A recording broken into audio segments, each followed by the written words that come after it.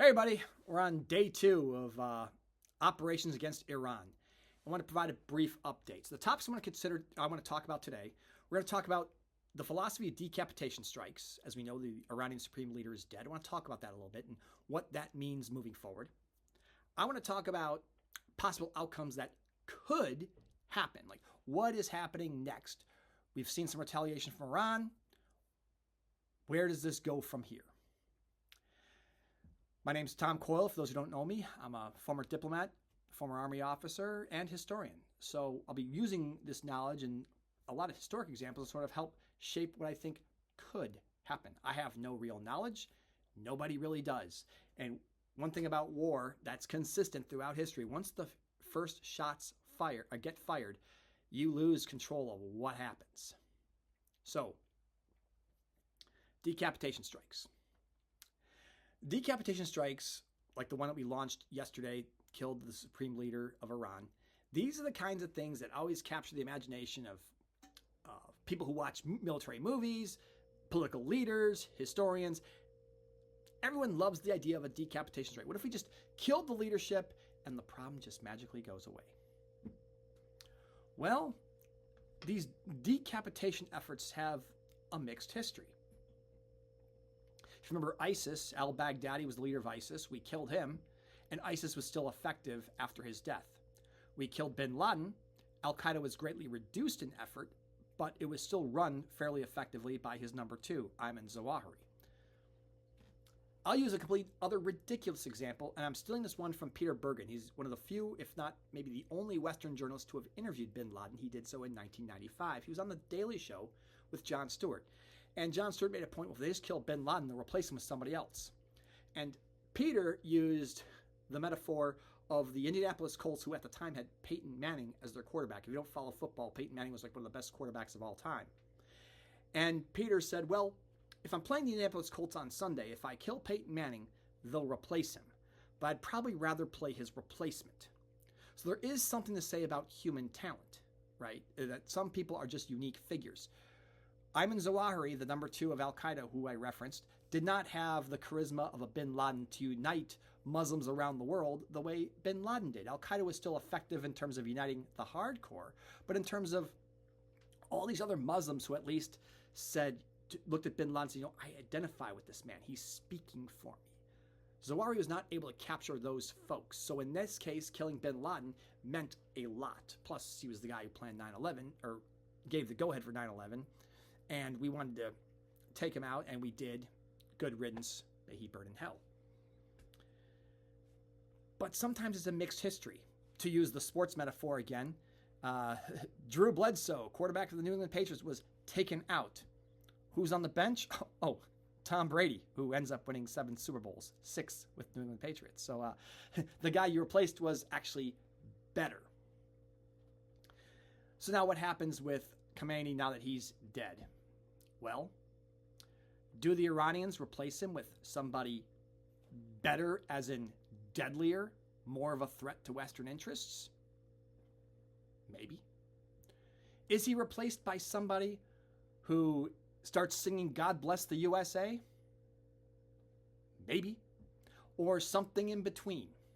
The point is, when you do a decapitation strike, and I believe they are a great risk-reward thing to do, you lose control over what happens next.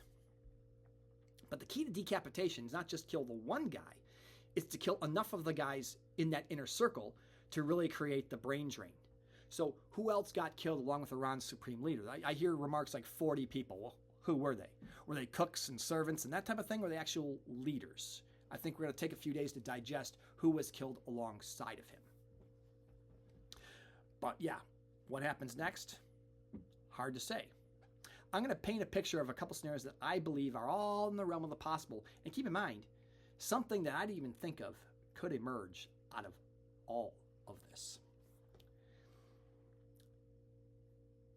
The dust will have to settle first. Now, this worked out better. This decapitation strike worked better than when we launched our war against Iraq. If you remember, 2003, apparently the war had started a day or two earlier than originally planned because we had intelligence that Saddam was meeting generals in a bunker. We took the strike, And it took a day or so to assess whether Saddam was still alive, and obviously Saddam survived that. In fact, there's even some there is some analysis that came out of that said maybe he wasn't even there in the first place. But either way, that did not work. So Iraq gives an example of something that did not work. Iran, at least the fact that we killed the guy, in that case, it did work. Does it work to achieve our overall goal to change the regime behavior? That remains to be seen. So here are the scenarios I think could likely happen. One, I talked about this in my last video, something along the lines of what we saw in Venezuela. When we got rid of Maduro, Maduro's vice president took over.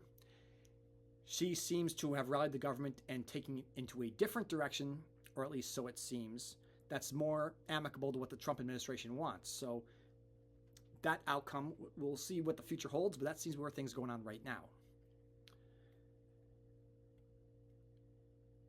We could see an example similar to Syria. They had a multi-party civil war. They've now had the HTS group has now taken over. Some say it's got Al-Qaeda aligned roots. Either way, they're in charge of the government now. The president was at the White House visiting Trump. Seems like, for now, that things are fairly amicable. Interests appear aligned for now.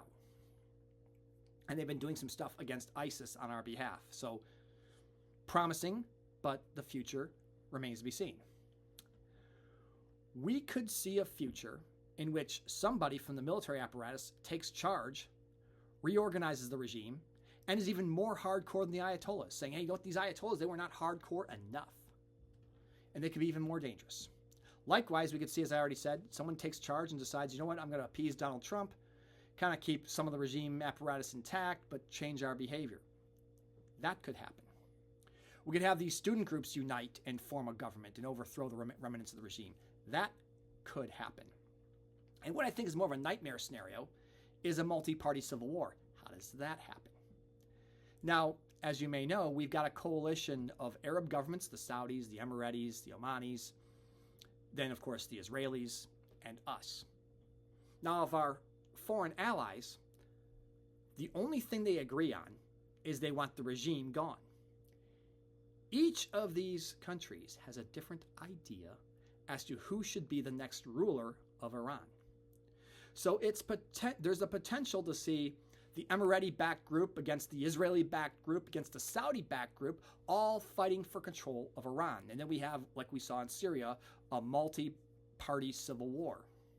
Or like Afghanistan, after the Soviets left, a multi-tribal civil war. That could happen, which means what happens to some of Iran's nuclear resources? What happens to some of the weaponry? Where does that all go? And then we lose track of that ammunition. Again, take out the leader, we can control that. What happens next?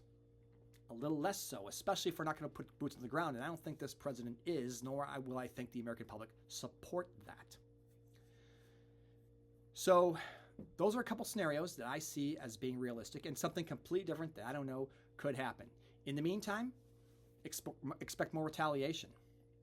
Now, how much will Iran retaliate? That remains to be seen. I'll give you two historical examples of what limited adversary intention. Prior to the 1991 Gulf War, Colin Powell and James Baker, Colin Powell was the chief of staff of actually he was chairman of the Joint Chiefs, and James Baker was Secretary of State, made it very clear that if Saddam used chemical weapons against U.S. forces, we would go nuclear. A lot of historians have pointed this out, and documents have been released since that time we made that comment.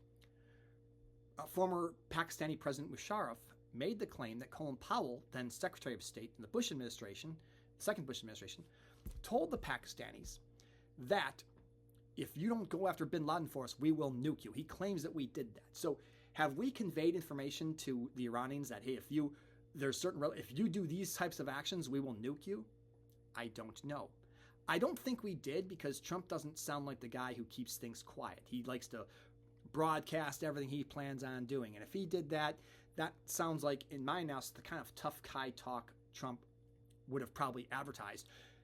I told the regime I was going to nuke them if they did anything to us. That type of, like, I would expect to see that. Maybe not. Maybe there is some things he's doing quietly, but I would imagine he'd advertise that. But That's something in the calculus of the Iranians. Now, if they think their regime is going to be eminently defeated, maybe they pull out all the stops, say, we're dead anyway, we might as well just go bananas. And then that becomes a doomsday scenario. They start attacking anywhere and everywhere. Or perhaps they temper things, going, okay, we have to show enough retaliation, hopefully hold the regime together and keep the resistance in check so that we can survive this. So I hope I gave you some things to think about. And again, I'm trying to do this as like an impartial aspect, trying to sort out and let you know what's opinion, what's fact, that type of thing. So these are just some things I think could happen. I don't know. Time could tell. If you got loved ones who are trapped over there in that region, prayers for them. And probably the best thing to do is just hunker down in place, stay away from any kind of military or government buildings, and just stay where you are. I know it's not the best of advice, but it seems like right now Iran's trying to target military or military adjacent targets, but then that could change. That's just at the taping of this video. They could start attacking civilian targets. I just don't know.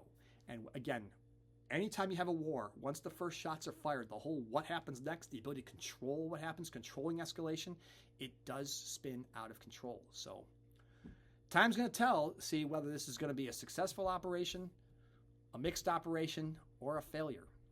I think we'll have some kind of mixed success, kind of mixed to high success, maybe not quite the ideal success we want, but maybe successful enough where we have an Iranian regime that we can at least tolerate. But we'll see. Thank you. Got any questions? Hit me up. I'll do my best to answer them.